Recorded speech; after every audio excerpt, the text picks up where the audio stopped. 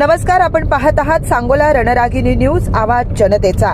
उपस्थित सर्व चॅनलच्या मान्यवरांनी या ठिकाणी उपस्थिती लावून गरिबांचं दुःख ऐकण्यासाठी संधी दिल्याबद्दल मी ई-टी-व्ही पासून सर्व चॅनलचं मनापासून स्वागत करतो आणि या गरिबांच्या दुःखावर लवकरात लवकर इलाज निघावा, अधिकारी वर्गाने मान्य करून वाळू उपलब्ध करून द्यावी, अशा प्रकारची प्रशासनाकडून अपेक्षा व्यक्त करतो। जर आमच्या मागण्या मान्य झाल्या नाहीत, आमची वाळू देण्यामध्ये उशीर झाला तर आम्ही इतरालाही वाळू मिळू देणार नाही आणि आमची घरं बांधून पूर्ण झाल्याशिवाय आम्ही कुणाला मोकळं सोडणार नाही। अण्णाभाऊ साठेंच्या भारतरत्न पुरस्काराबाबतीत जो वेळ लागतोय त्याच्या मागे काय कारण असावं तुम्हाला वाटतं? देशाच्या राष्ट्रपती प्रतिभाताई पाटील यांनी आमच्या समवेत एक मीटिंग दिल्लीला राष्ट्रपती असताना लावली होती। त्या मीटिंगमध्ये प्रतिभाताईंनी मीटिंग बोलावून सगळ्यांना ताकीद दिली आणि लवकर द्या असं सांगितलं, परंतु राजीव गांधीच्या मृत्यूनंतर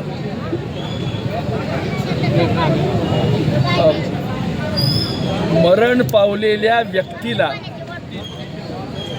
असा पुरस्कार देण्यात येणार नाही असा कॅबिनेटचा डिसिजन झाला आहे आणि त्यामुळं आम्हाला हा पुरस्कार देता येत नाही, अशा प्रकारची भूमिका त्या ठिकाणी मांडण्यात आली होती। पण अजून एकदा सगळ्याच तरुणांनी मोठी भूमिका घेतलेली आहे आणि अण्णाभाऊंना हे पद सन्मानाचं मिळावं म्हणून प्रयत्न केलेला आहे। त्याला जर यश आलं तर तो आमच्या सौभाग्याचा विषय असेल, म्हणून आम्ही केंद्र सरकारकडं याला मान्यता द्यावी अशी मागणी करत आहोत आणि त्यासाठी अण्णाभाऊंना असो, लहुजी वस्तादांना असो पुरस्कार मिळावा अशी आम्ही अपेक्षा करतो।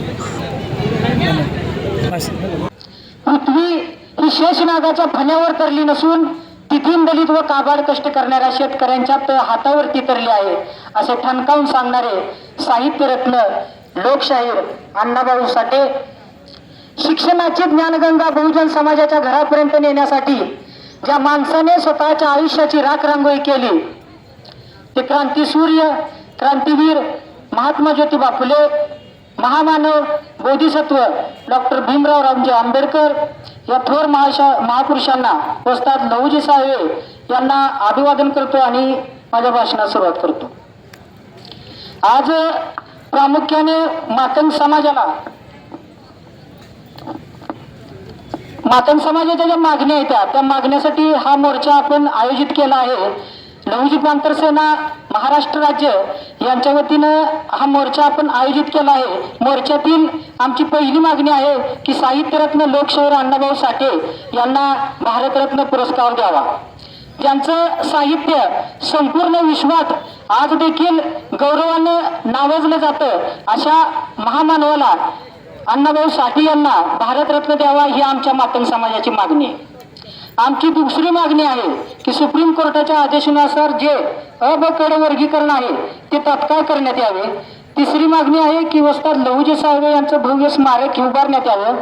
चौथी मागणी आहे की जो अवैध वाळू उपसा आहे जो मोठ्या प्रमाणात सुरू आहे आणि घरकुलधारक वंचित आहेत, मी मंत्री साहेबांना सांगू इच्छितो की साहेब, आम्ही गुन्हे दाखल करून घेतलेत घरकुलधारकांना वाळू द्या म्हणून, पण संपूर्णपणे घरकुलधारकांना वाळू न देता सर्वात मोठ्या प्रमाणात अवैध 100 टिप्पर एका जागेवरून काढण्याचं नियोजन या सांगोला तालुक्यामध्ये चालू आहे। ही घरकुलधारकांना वाळू द्यावी हा आमचा चौथा मुद्दा आहे।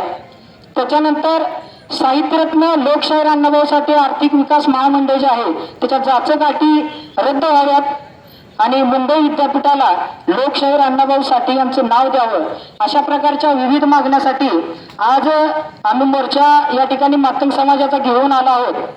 हा मोर्चा निघू नये म्हणून भैयासाहेब, मोर्चा निघू नये म्हणून सोलापूरमधून फोन, मुंबईमधून फोन, अरे बाबा मोर्चा मातंग समाजाचा तुम्ही काढू नका। मी म्हटलं का, तर तुमच्या मागण्या ह्या न्यायिक नाहीत. मी म्हटलं न्यायिक आहेत का नाहीत तुम्ही कोण ठरवणार? सुप्रीम कोर्ट मोठं का तुम्ही मोठं? तर याच्यामधून वेगळा मेसेज समाजात आला असं त्यांचं म्हणणं होतं. त्यामुळे मोर्चा काढू नये असे त्यांचं. मग मी म्हटलं काही झाले तरी मोर्चा हा निघणार म्हटलं. मग तिकडून ते नेता म्हटलं की मग गुन्हा दाखल होईल. मी म्हटलं गुन्हा का? माझा काय यावचा धंदा आहे का? माझं काय 2 नंबर आहे का? मी काय गांजा विकतोय का? कुठं काय विकतोय? धंदा काय म्हणजे गुन्हा कशाला? तर तो मंत्री म्हणजे तो म्हटला की आम्ही करू शकतो. मग मी म्हटलं ठीक आहे, मी पण मांग आहे म्हटलं.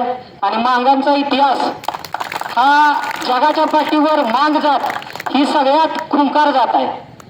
आणि त्याला सांगितलं की कर, पण मी मोर्चा काढणार आहे. कारण आपल्याला लहुजी वस्ताद साहेबांचा इतिहास आहे. आणि मातंग जरी असलो, सोनं चांदी मिक्स केल्याशिवाय तयार होत नाही. पण मी 24 कॅरेटचा मांग आहे. मी झाड कोणाला सुद्धा देत नाही. आणि जातीसाठी आणि जातीच्या अस्तित्वासाठी मरणाची सुद्धा आमची तयारी आहे. ही गुन्हा जर माझ्यावर दाखल होऊन माझ्या जातीला न्याय मिळत असेल तर अनेक प्रकारचे गुन्हे दाखल करून माझी मरणाची सुद्धा तयारी माझ्या जातीसाठी आज मी प्रामाणिक आहे.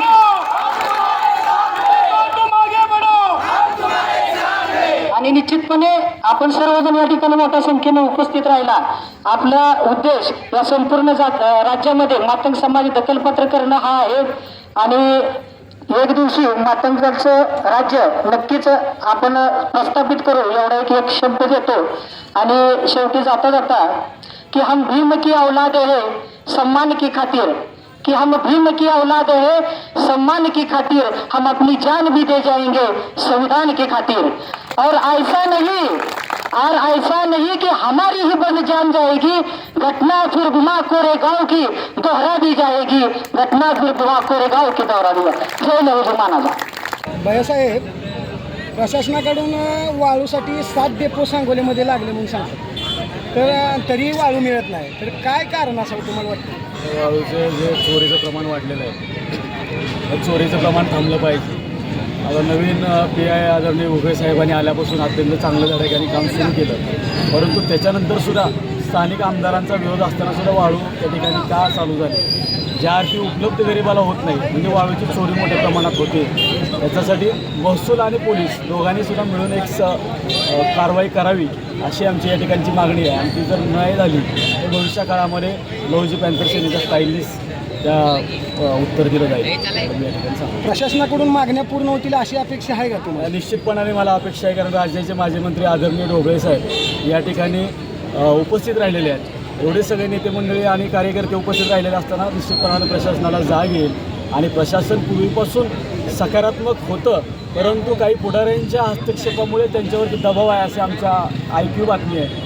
आणि आज आमच्या मोर्चाच्या निमित्ताने आणि आदरणीय ढोबळे साहेबांच्या पाठिंब्याने त्या ठिकाणी निश्चितपणाने त्यांनासुद्धा बळ मिळेल. आणि नाही मिळाल्यास लहुजी पॅन्थर सेना नेहमीच्या आक्रमक पद्धतीने त्याला कशा पद्धतीने उत्तर द्यायचं हे प्रशासनालाही माहिती आहे आणि पोलिसांनाही माहिती आहे. शेवटचा प्रश्न, पुरस्कार मिळण्यासाठी जी चळवळ करावी लागते ती कुठंतरी तुम्हाला काय वाटतं? त्या पुरस्कार निश्चितपणाने हा सगळ्यात मोठा जातीवाद आहे असं आमचं सामान्य कार्यकर्त्यांचं म्हणणं आहे. कारण ज्या अण्णाभाऊ साठेंबद्दल सांगण्याची आवश्यकताच नाही, एवढं मोठं काम डॉक्टर अण्णाभाऊ साठेंचं राहिलेलं आहे. त्यामुळे आमची या ठिकाणी आम्ही कार्यकर्त्यांनाही सूचना दिलेल्या आहेत की यापुढच्या काळामध्ये भारतरत्न पुरस्काराची वाट बघण्यापेक्षा विश्वरत्न डॉक्टर अण्णाभाऊ साठे हे आपण यापुढच्या काळामध्ये त्या ठिकाणी पदवी जनतेची पदवी म्हणून आपण त्या ठिकाणी बहाल करावी आणि या प्रशासनाच्या तोंडावरती एक चपराक मारावी अशी आम्ही कार्यकर्त्यांना त्या ठिकाणी आव्हान करतो. धन्यवाद.